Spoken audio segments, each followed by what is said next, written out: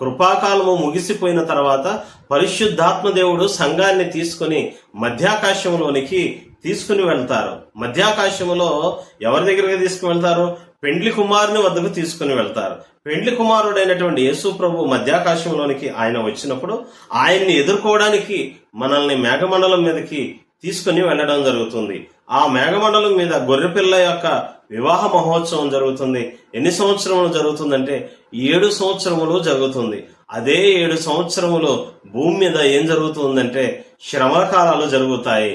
మొదటి 3.5 సంవత్సరాలు శ్రమల కాలంగాను, తర్వాత 3.5 సంవత్సరాలు మహాశ్రమల కాలంగాను జరుగుతూ ఉన్నట్లుగా మనం చూడగలుగుతూ ఉన్నాం.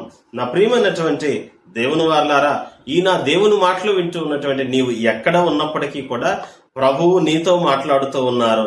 నీవు రక్షించబడుటకు ఎప్పటి వరకు అవకాశం ఉందంటే కృపాకాలము ముగించబడక మునుపు మాత్రమే నీకు రక్షణ పొందడానికి అవకాశం ఉంది. ఒకసారి కృపాకాలము ముగించబడిన తర్వాత నీవు రక్షణ పొందడానికి ఎలాంటి అవకాశము లేనే లేదు అనేటటువంటి విషయాన్ని గమనించండి. కాబట్టి కృపాకాలము ముగించబడడానికి సమయము దగ్గర పడింది. ఈ కృపాకాలము ముగించబడక ముందే నీవు మారు మనసు పొందాలి, రక్షణ పొందాలి, ప్రభు రాజ్యానికి అర్హత పొందాలి. ఒకవేళ కృపాకాలము ముగించబడేటటువంటి సమయానికి నీవు రక్షణ పొందకపోతే ఇక మీదట నీకు రక్షణ అనేది ఉండనే ఉండదు అని దేవుని యొక్క లేఖనము సెలవిస్తూ ఉంది.